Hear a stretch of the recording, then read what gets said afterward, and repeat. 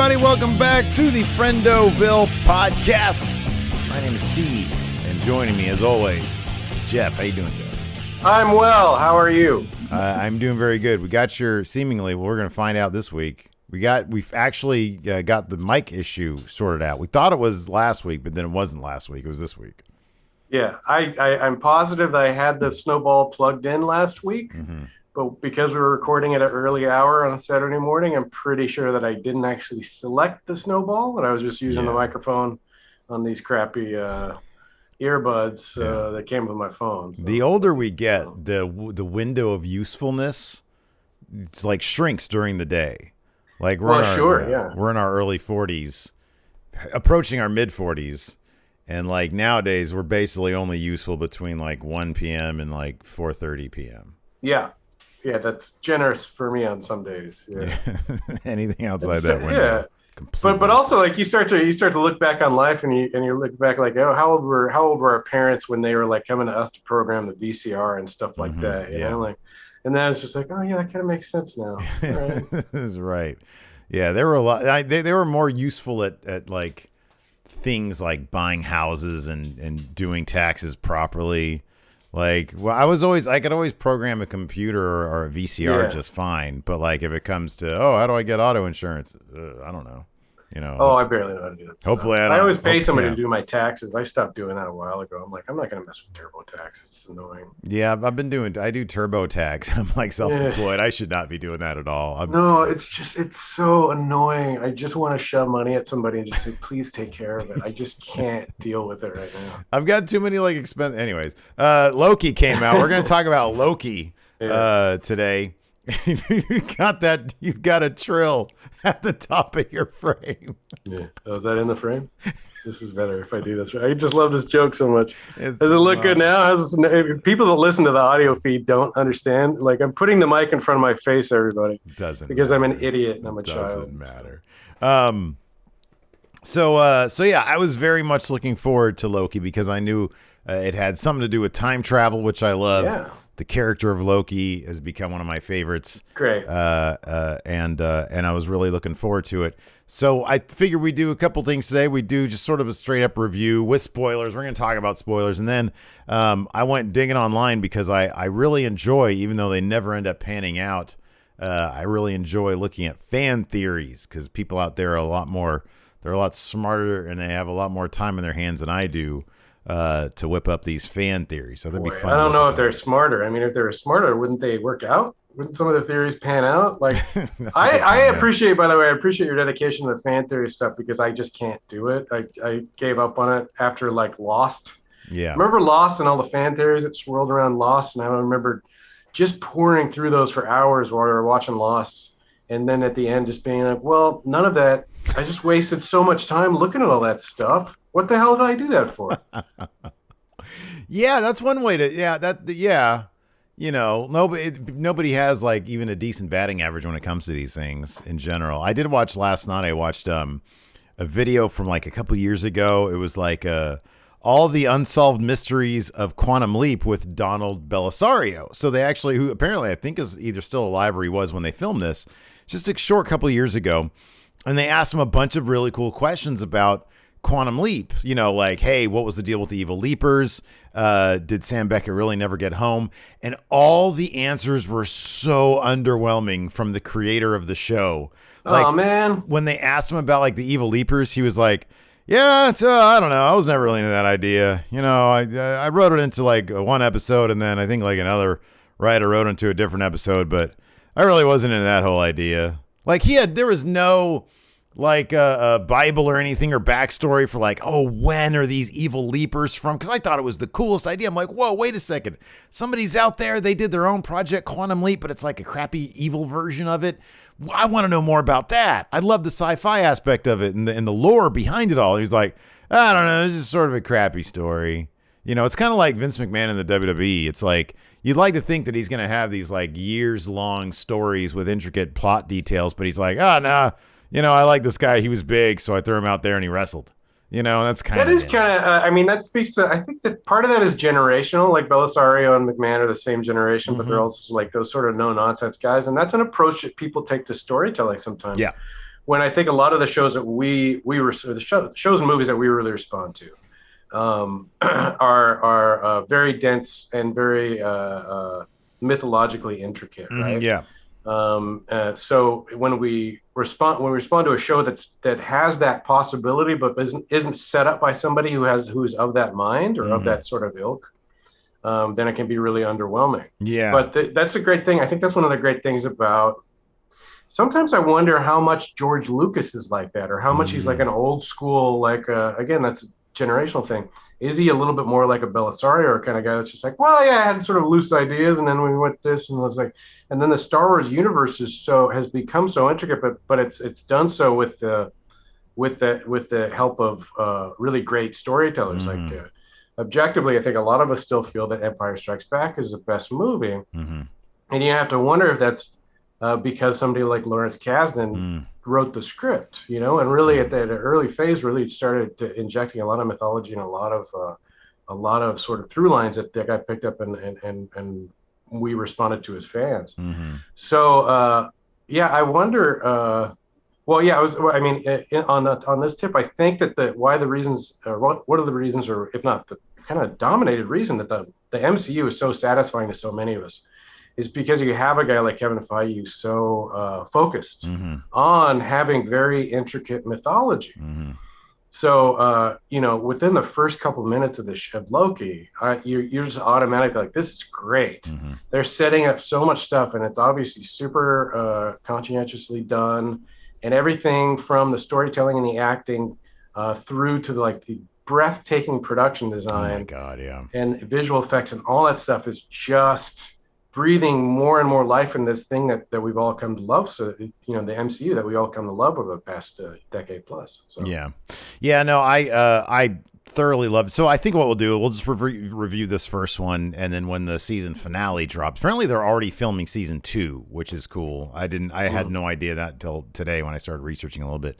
But so that's great. I mean, it does feel like this is obviously the way to reintroduce Loki into the Marvel Cinematic Universe in a new way. I mean, he's a much loved character, obviously, at this point. Tom Hiddleston has really knocked it out of the park. They've really nailed the character down. It's funny when you go back and watch like the first Avengers movie, which I did not that long ago, and just how much of the real fleshing out came after the fact, after that movie. Because, Thor is fairly humorless, and there's gags in that movie, but obviously it took time to develop the chemistry between the characters and for them to develop the bonds that they eventually did. And then you end up like something with something like Ragnarok, which is so based. It's so driven by the character dynamics and how delightful they all are and all the chemistry they have. And then you end up with something like this, which, obviously people don't want to just let go of Loki, especially the way he died in Infinity War. And so in Endgame, when he found a way out of it with the Tesseract, and then he ends up, as sort of a prisoner of the TVA, which is obviously setting up some major things in Phase 4 now that we're in, and possibly going on to Phase 5. But I was looking at, but then at the same time, the very first episode, cutting very emotionally to the heart of Loki. Oh, yeah.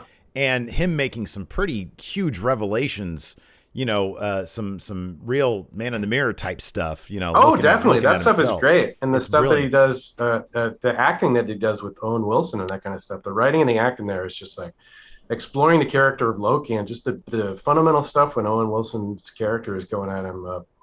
Mobius, what is he, like a time agent or something? The TVA agent or something. He's Time Authority. Time Authority. Time Variance Authority. Yeah. Time Variance Authority. Yeah.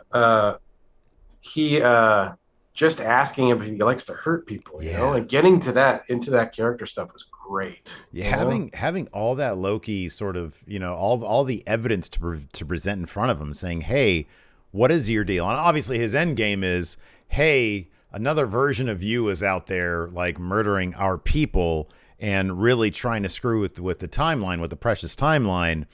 And we need you on board. But first we need to know like where you're really coming from in order to enlist your help. And that's sort of the genesis of this. And hey, we're trying, because it seems like Mobius, Owen Wilson's character, has an inkling that, hey, you know what? I think Loki is not the monster that they make him out to be, but I need to get that out of him. I need him to make that realization before we can move forward. And yeah, it's just like the emotional crux of the first episode. I mean, it's funny that you do have, Endgame and Infinity War, which was these massively traumatic events. And the first 3 series so far that we've gotten post that stuff. And I know Black Widow is sort of set. I know that's coming out in a couple weeks or about a month now. Yeah. I know that's sort of set around, Civil War, something like that. So I'm not sure how much. I mean, that's just chronologically, it's not going to deal with the post events of Endgame, but they might move through time. I don't know. But these first 3 Disney Plus series are obviously sort of like how they're dealing with the PTSD of the Thanos stuff, which is great, which is exactly what you know what it reminds me of? That episode of Next Generation after the Borg episode when Picard goes back to Earth and considers considers resigning.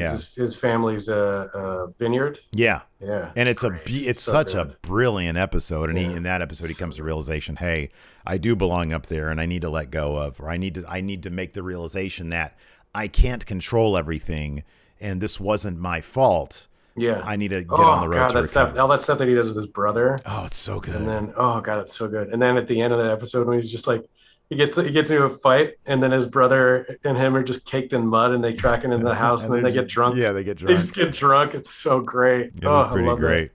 But you mentioned the production design. Before we get into the fan theory stuff, I mean, we'll probably dive in and out of it as we talk about the show. What's your take on that sort of retro, almost like Terry Gilliam Fallout 4 type aesthetic? Yeah, that's exactly what I think it's from, or what I took it to be from was just very influenced by Terry Gilliam. So you're talking about like stuff like Brazil, stuff, because the TVA, they're setting it up to be this monster of bureaucracy, right? And they have several things in there that underline that. You know, you have like, take a ticket. You don't take a ticket, then you get dissolved. You know, you have that character played by Josh Fadem's great comedic actor early on, and they're walking through the ropes. You know, and Loki's like thankful that he has a ticket. That's even, I think that happens before the show name, before that Loki card. The Loki card. Yeah, it's like the Shield. How they'd have like 10 minutes of intro, and then all of a sudden, it was it was really fun. But all that stuff, and then like when Loki gets back there and he's like he has to like sign everything that he's ever said in a huge stack of paper. And he's confused and he says what, and then it just prints up another piece of paper that just says what on it, and the guy's like, sign this too. That kind of stuff, and that kind of folding in the absurdity of existence, but also with bureaucracy, which is like and this is exactly the reason that we all hate going to the DMV. You got to stand there, wait in line, and you're just like, what's the point of all this? Like, I'm just going to go live in the woods by myself. That kind of stuff is so fascinating, but and so much fun to play with in the space of fiction. And it's stuff that's really something that Terry Gilliam has always done so well. But you see it in other filmmakers' work, and the aesthetic of the production design aesthetic of that kind of 60s mid-century modern kind of stuff. It makes sense to an extent because that's where you see a lot of bureaucracy coming from, is the middle of the 20th century in America. So like the aforementioned DMV, a lot of the buildings, a lot of the state buildings that we all are accustomed to seeing, or some of us working in, are buildings of that era, and at least architecturally, the production design of the show has a lot intertwined with that aesthetic for sure. But then there's other stuff too. There's that great moment where Mobius and Loki are walking through the hallway, and Loki's like, I thought you said there was no magic here, and Mobius is like, there isn't. And then they do like a slow pan into this kind of guts of the TVA, and it's this beautiful, breathtaking sci-fi vista of all these machines and seemingly magical things that are happening, floating by, and machinations and all this stuff. And you're like, this is amazing. Yeah, and it has a very oh man, it has like a very like mid-century 60s, almost like 70s, like Logan's Run type aesthetic, some of that stuff. Totally. But obviously, sort of updated to what like sort of current CGI can handle, and it's very intricate, it's very detailed, and he brings up the idea of magic versus technology, which of course the old phrase or the old saying, Arthur C. Clarke quote, which is what like, I'm sure I'm gonna massacre it, but it's something along the lines of magic and technology are kind of the same thing, but kind of on different timelines. It's like, it's technology. It's it's something like technology would look like magic to somebody who wasn't. It is, oh God! Fuck's sake, I've got the internet right in front of me. Yeah, just look at it, please. Us two blithering idiots trying to be articulate like Arthur C. Clarke and failing miserably. Yeah. Any sufficiently advanced technology is what is it? Is something like about magic. Here we go. Yeah, any sufficiently advanced technology is indistinguishable from magic. There you go. Well, that's the funny thing too. And then early on in the show, when we're first introduced to Mobius, the Owen Wilson character, he is going around time with the TVA, with sort of militarized agents of the TVA, and inspecting what feel like scenes of crimes against agents of the TVA in different time periods. One of the early ones is like it's like 1500s France, and they're in a church, and they're talking about how agents of the TVA were there, and they got accosted and massacred in this church. Owen Wilson's there. He's wearing a really sharp suit, and then all the other guys are sort of like in sort of near future militarized gear. And a little French kid comes in from the street, and Mobius goes back there and he pulls out what looks essentially like a cell phone, like it's just like one of these things, but he draws on it in a way that has a cool aesthetic, in a way that we could do on our own cell phones. But then he gives it to the kid. He draws like a little man figure, shows it to the kid, and then he tells the kid to tap it, and the kid taps it, and then it like projects an animated man figure that he just drew, which is a technology that we don't have right now, but you could imagine us having that the next 5 or 10 years. Yeah, right. Yeah. But rewinding back to the 1500s, it's like, oh my God, like even if you just had a cell phone and you show that to a French kid in the 1500s, which is only like 600 years ago, that's mind blowing. They would be like, what is going on? I feel like if you showed my iPhone to somebody in the 1960s, they'd be like, holy crap. I mean, there's that great story that you and I, that every film student has heard about, when they showed that one silent film about a friggin' train pulling into a station. The Great Train Robbery. Yeah. Was it? No, it was just footage of a train pulling into a station that they showed in front of, and everybody, the whole theater started freaking out because they thought that a train was legitimately... They'll jump out of their chairs to get out of the way of the train because they think it's coming into the movie theater. Yeah, yeah, exactly. Idiots. Dumb old-timey people. But yeah, I mean, so I've looked up... we can both agree it's pretty great. Great show. Let's start talking about, so then, the revelation that the sort of the super objective of Loki in this show is going to be to find himself.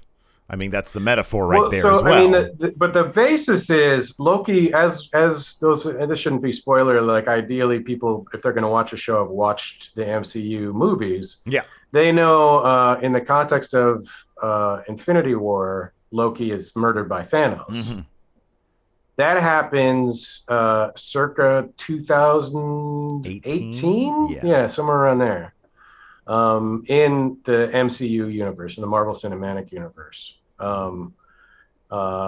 But rewind to a Civil War time, Captain America Civil War, which was around 2012, which they do in the context of Endgame because it's a time heist movie. They're jumping around a time to try to collect Infinity Stones. So that they can defeat Thanos at his own game. They have their own Infinity Gauntlet. Rewind to 2012. Before that that Loki is murdered. They go back there to try to get the Tesseract. In so doing, the Tesseract is liberated momentarily, and Loki retrieves it and then jumps to Mongolia. Yeah. That's where the show picks up, because Yeah. the TVA immediately is like, "What's going on? This guy's shouldn't have done that." He is now what they call a variant. Yeah, because Yeah. he went outside his normal time. Yeah. Yeah. And so they pick him up for crimes against the time, and then it turns into a very Kafka-esque thing because Yes. you know he's wheeled out in front of a judge basically, and who has a name, I forget what her name is, but apparently even the judge there was like introduced in the Marvel comics a while ago.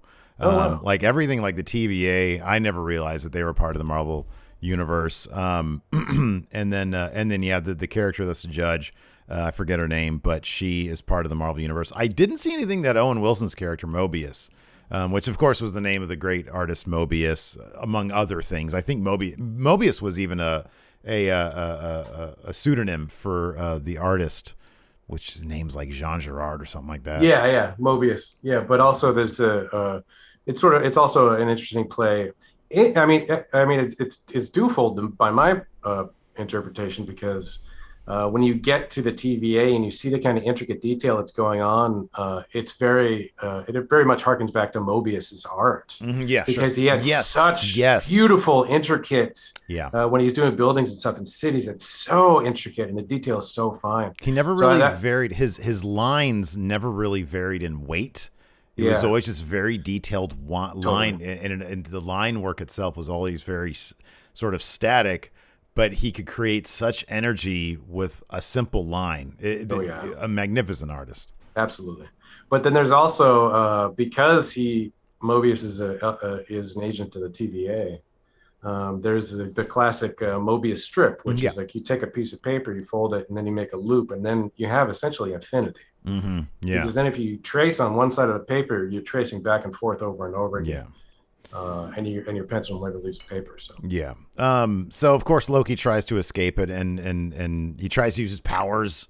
And you know he's gonna be, what was the term they used for somebody that they're basically gonna eliminate when they're found guilty of the time crime?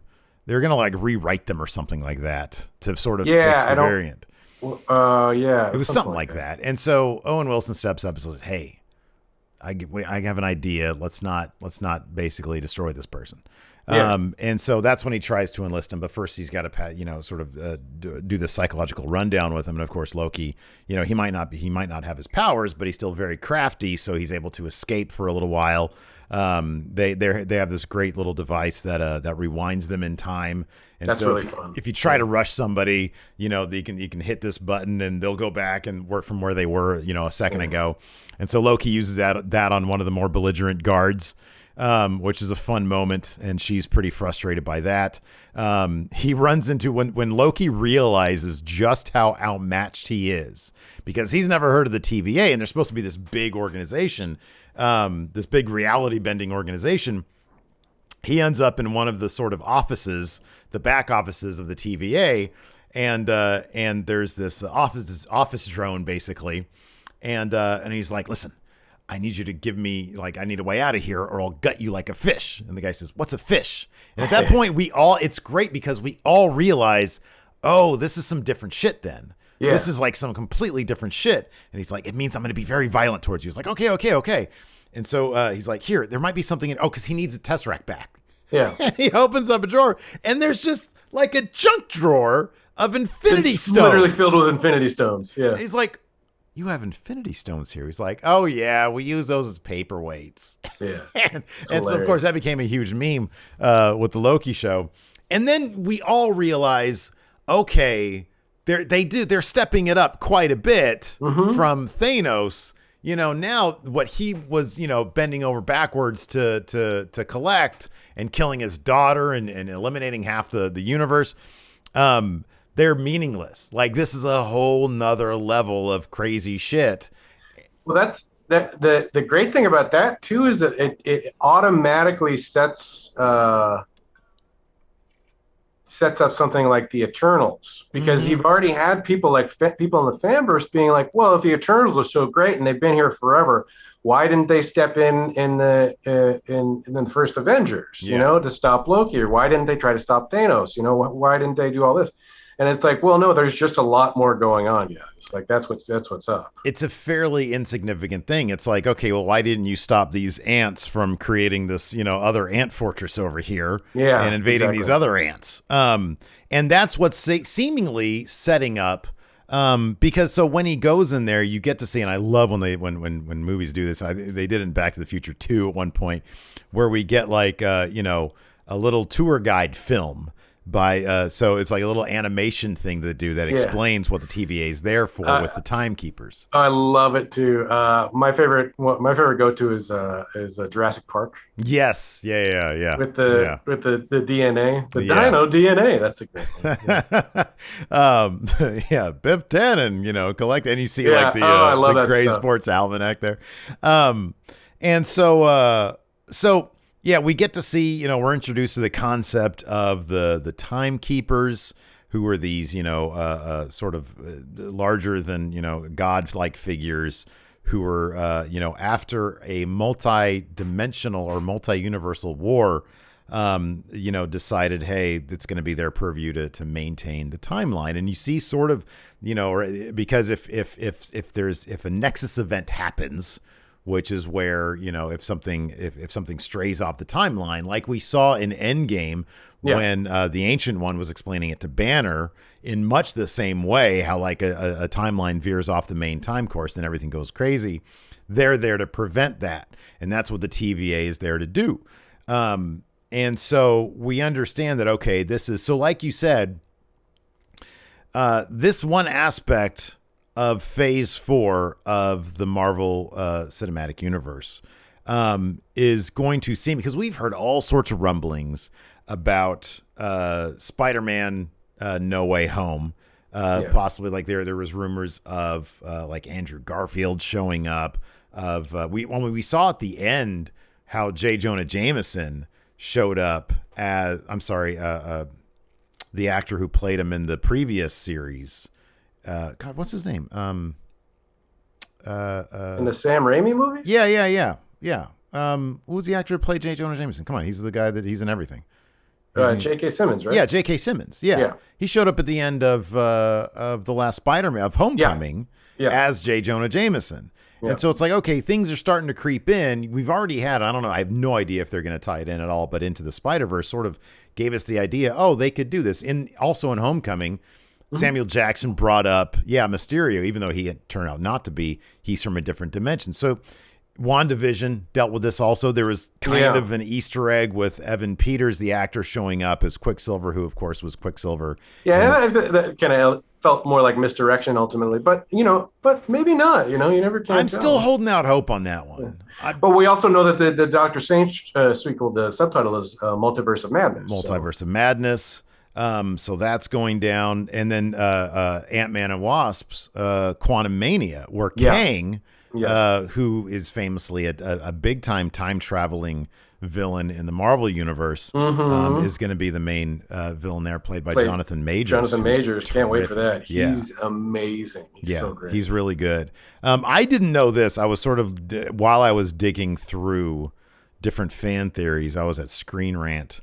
Did you know that there was a whole council of Kangs? So this dude was he was messing with multiverses so much. This is in the comics? In the comics.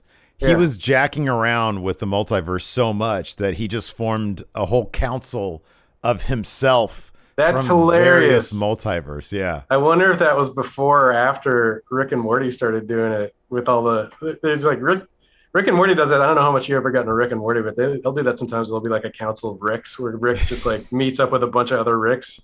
But because it's Rick and Morty, it just ends up they all just like shout at each other and get drunk and stuff. It's hilarious.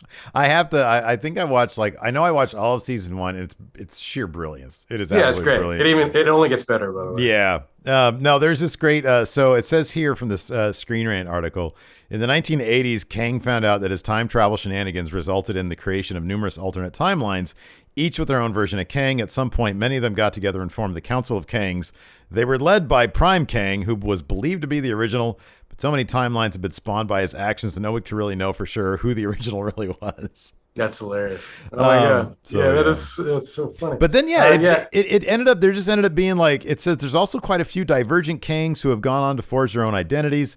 In other words, these people are so different to him now they stand on their own as a separate Marvel Comics character. There's a character named Immortus, the ruler of Limbo, and a major villain of both the Avengers of the Fantastic Four.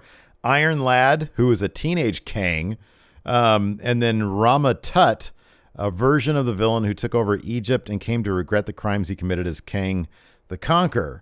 So, I mean, it's you've got Loki, you've got WandaVision, which, started to dive into the idea of the multiverse stuff. You've got the possibility of Spider-Man dealing with it. You've got Quantumania. It feels like one part of Phase 4 is distinctly going to be its own story of whatever this may perhaps, because if you think about it, the TVA might be something that is created in the far future after a multi-dimensional war happens that we get to be privy to throughout the course of these shows or movies or even in Phase 5. That's the thing. And they say it sort of pointedly, time moves different in the TVA. So when they set it up early on in the episode, they're talking about there's in the future, in the far, they say, did they even say in the far past? They say at some point in time there's a huge multiverse war. All they said was there was a huge multiversal war, and the Timekeepers decided to prevent it from happening again. Yeah. So, like, while you're within the TVA, yes, that might be an event that occurred in the past to them. Yeah. But it's actually in our future. They are clearly like way ahead of our time. Yeah. So in our present, this might not have happened yet, and that might be the crux of whatever is going to be that kicks off or that ends Phase 4, or maybe is even in Phase 5. There was another thing here. This was from, which one was this from? And I this was a really interesting idea that, let's see if I can. Oh, so Den of Geek had an article about this stuff as well. And they concluded that they said other shows have their, is this how the mutants get introduced hobby horses? He says, we here in the Den of Geek are concerned with a different idea, that the next phase of the MCU is going to be the Timekeepers and Immortus, the variant Kang, picking a fight with a team of Avengers plucked from different points in their subjective timelines, allowing potentially Chris Evans to return as Captain America. So it'd be the kind of thing where, and I don't know enough about the Marvel Comics continuity to know about this happening, but so the idea is sort of a best of selection of Avengers is plucked from different timelines in order to fight whatever this is. As my dog is giving her 2 cents. Let me let her out. Hold on a second. So I thought that was a really cool idea, and plus it gets around Hollywood contracts. It's just, I love that we're at the point. I love we're at the point where all these crazy, fucked up time travel, alternate universe ideas are going to be introduced in like a mainstream way. Something that previously it'd be like, oh, this would be way too, like, there's no way they'd ever be able to pull this off. But clearly they're aiming high for this. Yeah. Well, yeah, it'd be great. Well, you also have to, at some point, remember that I'm just looking this up real quick to confirm, but Kang is, Kang, at least in the comics, or one timeline in the comic book books. He's from like the third. He's from the 30th century, but he is a descendant of Reed Richards, right? I didn't know that. His real name is Nathaniel Richards. Oh shit! I had no idea. From the timeline of Earth 6311. So Oh wow. He is Nathaniel Richards. In introducing Kang, you do kind of introduce the Fantastic Four. Yeah. Yeah, which has been I think announced to probably end Phase 4 or That makes something like sense. that. It's gonna be Yeah, like I'm towards the very end. excited for that because I love the Fantastic Four, Yeah, they're and we great. know, like as fans, that Feige's super stoked on the Fantastic Four. Mm-hmm. Always has been because that was the first Marvel property they got to work on. Mm-hmm. Like I just rewatched the Tim Story movies, the second one Mm-hmm. at least, Rise of the Silver Surfer, Yeah. which I harbor no ill will towards those movies. I thought they were very entertaining. It was a weird time period in comic book movies where it was Yeah. just sort of transitioning from like, oh, comic book movies should be bright and silly and goofy and stuff, which I think sometimes you have in the MCU, especially like with the Ant-Man movies and stuff. But they tread the line really well between like Mm-hmm. emotional substance, but also bright and fun and stuff like that. Yeah. There's just so many different aesthetics, but I didn't have any problems with those. But yeah, I think Rise of the Silver Surfer was the first time that Feige got a producer credit Oh, that's interesting. in working at Marvel. Oh, So, wow. and he's always wanted to do like a really good Fantastic Four movie. So I'm very, as a fan, very excited to see uh, the the Fantastic Four adapted Yeah. into onto the screen. I'm not going to say anything about the last movie. It's just don't. What happened? Did you see that movie? I tried to. Oh man, really? Didn't I even... couldn't do it. Oh wow. Yeah. It was a shame too because everybody is all the actors are so great. They had a really good cast. Yeah. Who played Doctor Doom in that movie? I forget. I can't remember. Was he in the movie? No. Wasn't Miles Teller? Was Miles Teller Reed Richards? Yeah. Yeah. Miles Teller's great. Michael B. Jordan was. Michael B. Jordan's great. Yeah. Yeah. And then what's her face? Mara. What's her face? Kate Mara. Kate Mara. Yeah. Yeah.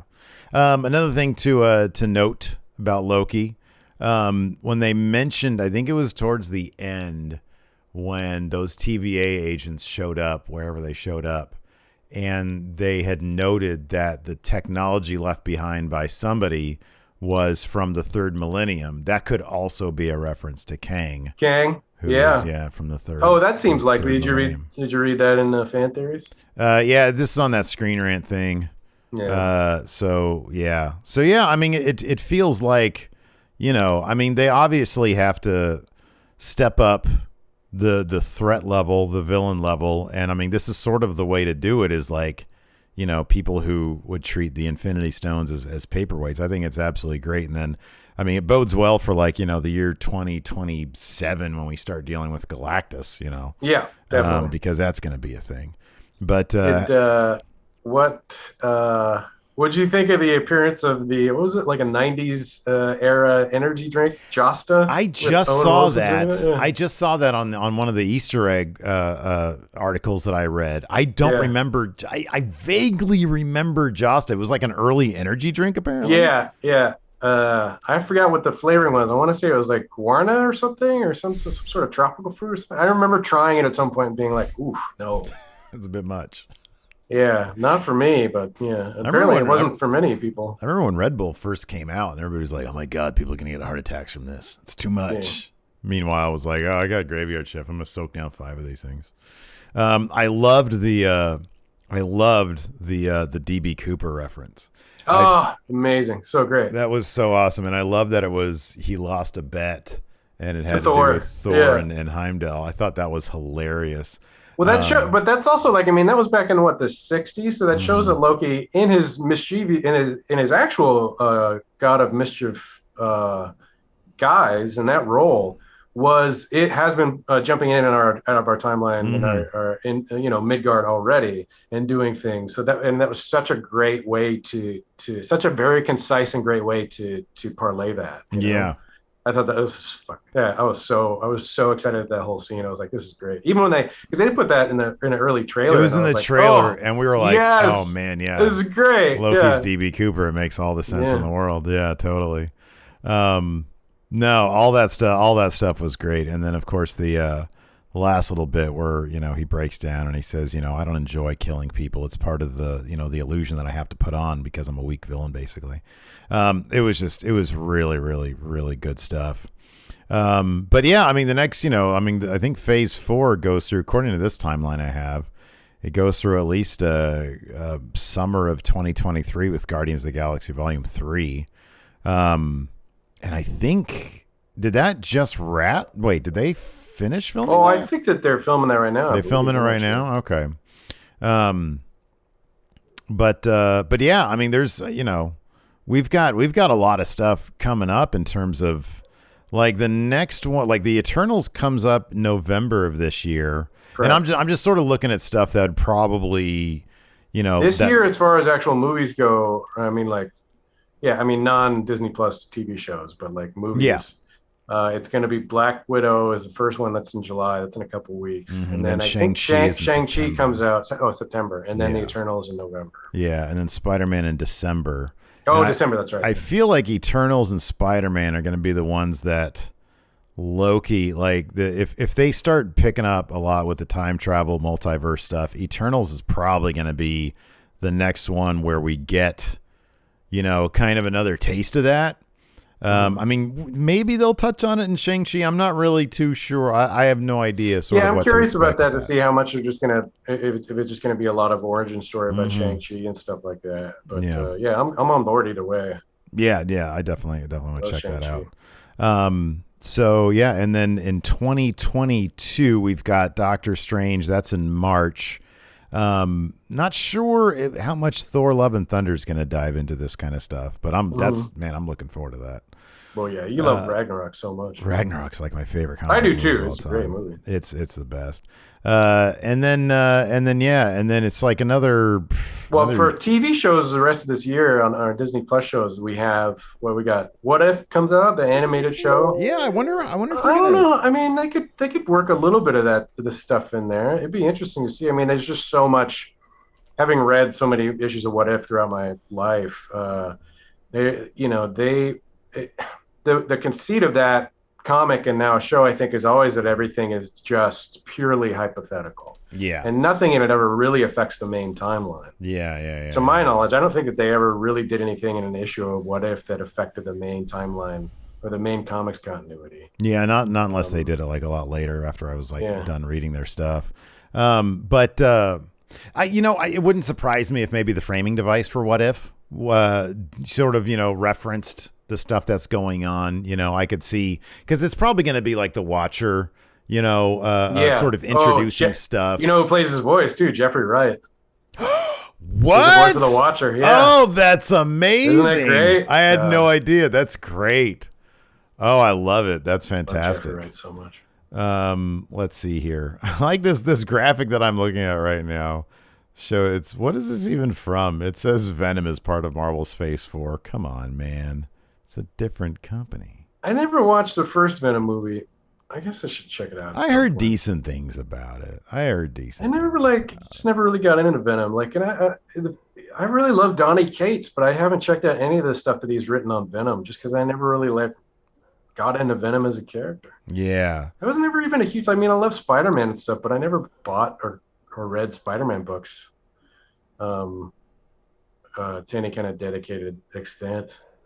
This is great. I love somebody came up with, there's like a fan-made slate of Marvel Phase 4. Did this come out in like 2015 or something? It's like it's got like Warlock, Captain Marvel and the Valkyries, the Thunderbolts. You need to be careful about some of those are just purely made up. It's just this entire thing is completely made up. Like, but they did a really good job with the logos. Graphical fan fiction. I know, it's awesome. Spider-Man Academy. What is that? Yeah. Spider-Man Dimensions. Ant-Man versus the Masters of Evil. What the hell? Black Panther, Secret Empire. Get out of here with this shit. Thor 5, microbrew. Thor opens up his own craft brewery. This one is just lazy. It's just the name of comics that they want to see made. The New Warriors, Hellstrom, Cloak and Dagger. And the logos are so poorly done. They're like really bad PNGs. I thought they did a Cloak and Dagger TV show, didn't they? It was on like Freeform or something. Maybe I'm making that up. That sounds familiar. Yeah. Yeah, I don't know. I know they brought Hawk and Dove into the friggin' DC CW universe, which is the worst. Let's see here. Yeah. People just making their own shit up. It's hilarious. Moon Knight should be good. I love Oscar Isaac. He's not a supernatural character, is he? Or is he? He's just like, is he supernatural? Well, he's thought he was just like Batman, but like with a white He's outfit. a little bit of a Batman analogous. Does he do magic? Well, he's supernatural in that he is sort of possessed by a god. Oh, wow. He's a little bit like a combination of he's like Marvel's combination of Dr. Fate and Batman. Oh, okay. So well, hey, I mean, a little bit like that. Okay. That kind of yeah. Okay. So, but I don't think he has like superhuman strength or anything. I think he has like superhuman abilities, like he's imbued with like knowledge of ancient stuff. gods. He's got like a good memory, like magical stuff. Yeah. He's like a walking Wikipedia. Yeah, well, that'd be interesting. Well, we got to do an episode sometime and just talk about like do a more. They used to have a feature called Mort of the Month in Marvel comic books, and it was just they would just pick a random character that was just like, who came up with this shit? Like, we know this is a dumb character to be like somebody like I'm trying to think of a bad one. Oh man. But there's just random characters. Like, there's some characters like most of the Morlocks in the mutant universe are like just mutants that live in the sewers, and they have just weird abilities. Like it just like produces a thin film of slime all the time, and somebody's just like really slick. But it comes in handy because they can just like slip in and out of bars, and like in between bars, and they rob banks and stuff, and that's how they make a living. But then they're just weird characters. There's some mutants, like I remember in the comics, there's a Forge who just has the ability to like make machines. Oh, here's one. That's kind of cool. Here's a more. You looked up Mort of the Month? Yeah, there's a guy. His name is the Red Bee. Oh, but this guy fell into the public domain. He's just like he's got like a really terrible outfit. Yeah, well, a lot of them are that too. Just really here we go. Here we go. Mort of the Month. Stripesy. Take a gander at this striped candy ass. One would figure. Is this from Wizard Magazine or did Marvel do this? No, that was actually in Marvel. It was Marvel. I remember this. I don't remember what it was from. Take a look at this striped candy ass. One would figure that Stripesy's power was the ability to make barber poles and candy canes, but in actuality, he had no powers at all. His real name is Pat Duggan, and he became the Golden Age hero Stripesy upon hearing a person vocally wish that the American flag would come to life. I think I was wrong. Actually, I think that was in Wizard. Is that Wizard? Yeah, it's Wizard. Yeah, it's Wizard because I'm looking. There's one here, Ruby Thursday.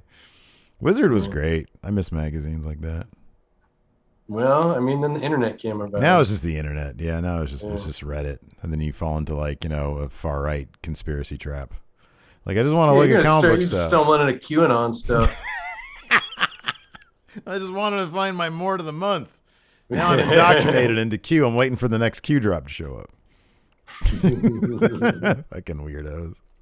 Anyways, on that note, I think that's good for the day. Thanks everybody for tuning in. Let us know what you guys think of Loki in the comments below, unless you're listening to us in the audio realm, which you can do anywhere podcasts can be found. Leave us a rating, review, or comment. Helps the show. Thanks everybody for tuning in. Until next time, we'll talk to you later.